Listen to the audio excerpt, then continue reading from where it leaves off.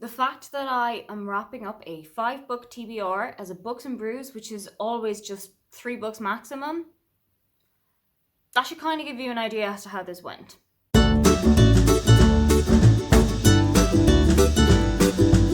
welcome, come on in. My name is Aoife and today I am going to do a kind of a wrap up tied in with Books and Brews. So Books and Brews is a series that I do here on my channel where I just grab a drink and take you through 3 of the books that I have read recently, which all have a similar theme or had similar coloured covers or just something that they all had in common. So the ones that the 3 had in common here is that they were all picked for me out to read by my boyfriend. At the start of August, he put together a 5-book TBR for me to read. So far I've read 7 books in August and 3 of those came from that TBR, which means I kind of broke the rules a little bit. Oops. So the 2 books that I didn't read from that TBR are Pride and Prejudice by Jane Austen and Momo by Michael Ende. The reason I didn't read Momo is because I'm still a little bit shaky with my German and I don't know if I'm going to be ready to read that kind of a book just yet. But the reason that I didn't read Pride and Prejudice is because I was reading a different Jane Austen book from my book club, which is Emma. And we're having a discussion about that at the end of September. It has been moved from the end of August because of the virus. So I wanted to have time to read that instead. Let's get started with the books that I actually did read. And the first book that I finished on that TBR was We Are Not Okay by Natalia Gomez. I struggled with this book quite a lot. There was something at the start of it that I really did enjoy, and it is this. There is a little playlist at the start of the book that kind of gives you songs that tie into the theme of the book, songs that you can listen to while reading it, and I really enjoy that kind of thing in books. But there was a lot about this book that I didn't really enjoy. So it is set in a secondary school somewhere in the UK. There isn't really a location given out. And there are 4 characters who you focus on in different chapters of the book. So you have Sophia, you have Ulana, Trina and Lucy. Lucy and Trina start the book off as really up in arms with each other. Lucy has just broken up with her boyfriend and Trina has gotten together with him, and Lucy is kind of convinced that the stories overlap a little bit. Sophia is still in a relationship. She is in a relationship with a guy called Steve, and Steve is ready to take their relationship to the next level physically, but Sophia isn't quite ready for that. But she does send him a couple of risque texts every now and then, and they text every now and then. Ulana is a Muslim and she comes from a very conservative family, and she's very concerned about what her father is going to think about her, what her mother is going to think about her, and she's very concerned about living up to their standards and their kind of expectations of her. So things kind of change throughout the course of the book. Ulana falls in love with a guy called Aiden, but he is white, he is English, he's not Muslim, and she's really concerned about what her family is going to think about them, so she does hide their relationship throughout the entire book. Lucy falls pregnant from a one-night stand, and quite a lot of the book is her worrying about, should she keep the baby, should she give it up? What are people going to say when they find out that she's pregnant? Because she has been kind of the source of a lot of giving out gossip in the school, but she's not super comfortable about being the subject of the gossip. And then there's Trina, and she is kind of the life and soul of the party, and she's been known to have quite a lot of partners, but she is raped at a party one night. Everybody goes with the standard, oh, she was asking for it, she was expecting it. I mean, when she's been with so many guys, why wouldn't she want this to happen on this exact night? And then for Sophia, she sends a risque message to Stephen. She sends a picture of herself, but that starts circulating around the school. And for one of the girls, all of this is just a little bit too much to take, and unfortunately she does take her own life before the end of this book. I felt like that was dealt with really well, and one of the striking things about it is that you don't expect this to happen. You don't expect them to take their own life. You don't really see a lot of signs leading up to it. You just see what happens at the point. And I feel like that is quite relevant to today's society, and I feel like that is something that does happen, that we don't see the signs of somebody who is suicidal. We don't see the signs of somebody who is thinking of taking their own lives until it's too late, and unfortunately the event has happened. One thing that I had about with this book, kind of towards the start, is that Ulana is a Muslim, and she seems to be quite in touch with her faith, and she seems to be kind of not rebelling against it, but also orders a ham sandwich as lunch while she's in the cafeteria. That was something that didn't add up to me. Maybe it was just a moment of lapse from the author. Maybe it was just it hadn't been researched, but I felt like that was a detail that we didn't really need. Either it wasn't researched or Mulana is kind of lapsed as a Muslim, but that wasn't brought into the play because it didn't really seem like she was throughout any of the rest of the book. This book did make me feel really glad to not be in school anymore. I am going to say it like that. It made me so glad that I don't have to be in the school corridors and hearing gossip about other people, gossip about myself, gossip about all of my friends. It made me so glad that I have left that part of my life behind me. And while it does touch on a lot of important and necessary topics when you are a teenager, there were some parts of the book that just didn't really sit well with me, as well as Ulana's Muslim pork eating scenario. And I ended up giving this book 3 stars on Goodreads. And so the next book that I read as part of my August TBR was Colorless Tsukuru Tazaki and His Years of Pilgrimage by Haruki Murakami. You may have remembered this was my boyfriend's favorite book of all time.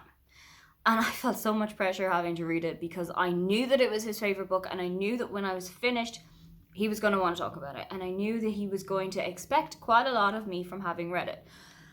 So I'm kind of glad to say that I did enjoy it. It was the first Murakami book that I've ever read, and it has made me want to read more of his work. So that is always a good sign. However, there were some parts of the book that I didn't really enjoy. I'm not a prude in any way. Take from that what you will. There are quite a lot of extremely graphic sex scenes. There are allusions to rape. There is a false rape accusation throughout this book. Reading all of that really did not gel well with me. I did not enjoy that particular part of the book. And it also coloured the character who made the false rape accusations. It made me think so much less of them because I find that practice completely abhorrent in real life. And seeing it brought into a book also just made me really uncomfortable and not particularly warm to that character in any way. But the rest of the book I did really, really enjoy. So you follow Tsukuru Tazaki, who grew up in Japan in an area, I had a look at it, about an hour, 2 hours away from Tokyo. And he has moved to Tokyo because he is studying. All of his 4 friends have colours in their surnames. There was Akamatsu, which means red. There was Umi, which means blue. Shirane is white and Kurono is black.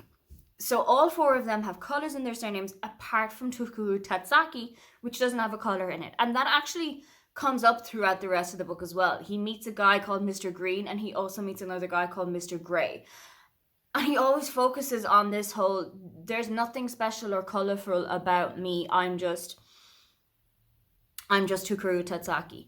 One day when he is studying in Tokyo, I think it's in his 2nd year of university, he studies engineering and he works as an engineer for railway stations. And one year while he's studying, his friends call him up and say, we don't want to speak to you anymore. We don't want you in our lives anymore. And this completely knocks him for 6. It sends him into a complete depressive mode, and he has absolutely no idea why any of this has happened. And also because they don't want to speak to him, he can't get any explanation as to why. So he kind of leaves it alone for 6 or 7 years. And he's out with a friend of his called Sarah one night. And she says that the only way he can kind of move forward from this is to get back in touch with everybody and find out why. Find out why they didn't want to speak with him. What was the reasoning for it? Is this still the situation at the moment? So he goes back to his home place and discovers that one of his friends has passed away. But also that she made false rape accusations about him. That's the thing I did not like. I very much enjoyed the situation of him reconnecting with his other 2 friends. And there's another 3rd friend of his who lives in Helsinki at the moment. And she's trying her best to kind of not forget what has happened, but kind of accept it, but move on from it. And now try and build her life in Finland with her husband and her 2 kids. I really enjoyed the whole part of him going to Finland. Not just because I've never been to Finland and could live vicariously through Tsukuru Tazaki traveling at the moment, but also because I felt like it was a journey that he needed to take so that he could kind of put this whole thing to rest and move on and kind of get on with his life from there and as Sarah had said, nothing could happen with anybody in the future with him unless he kind of put this to bed with his 3 friends from before. I really, really enjoyed this book. Apart from the whole rape scene and accusation kind of stuff, I really, really enjoyed this book. And it is so, so beautifully written. It's given me kind of a spur on to read more of Murakami's books. I know that Norwegian Wood is also a title from his that I've heard quite a lot, and I think that's going to go on a TBR of mine quite soon. I ended up giving this book 4 stars on Goodreads, which I did not expect to do. And so the final book on that August TBR is probably the one that's going to be the most difficult to talk about. It is Know My Name by Chanel Miller. And this is the book written by the victim of the Brock Turner sexual assault, which occurred in January 2015. One thing that struck me immediately as I read the start of this book is just how close in age myself and Chanel are. That wasn't something that I had known. I knew that we were around the same age from having followed the trial and all of that stuff. I knew that we were of similar age, but I didn't know just how close of age that we were. So Chanel was born on June the 12th and I was born on June the 27th. There's 15 days between the two of us. I don't want to say that this is a book that I really enjoyed, because that sounds like the wrong way to put it. It sounds like I was sitting there with a big smile on my face the whole time while I was reading that book. But I did really enjoy it. Sounds wrong, but I did like reading this book because of how impactful it is. Because reading the whole thing through the eyes of the victim is such an eye-opener. It really shows you just how fractured and how flawed the American judicial system is. There is a point of the book where Chanel gets a phone call from somebody, and it turns out that this person is responsible for setting the sentence that Brock Turner is going to get. And throughout the call, she ends up saying something weird like, I hope that he can think about what he's done in jail.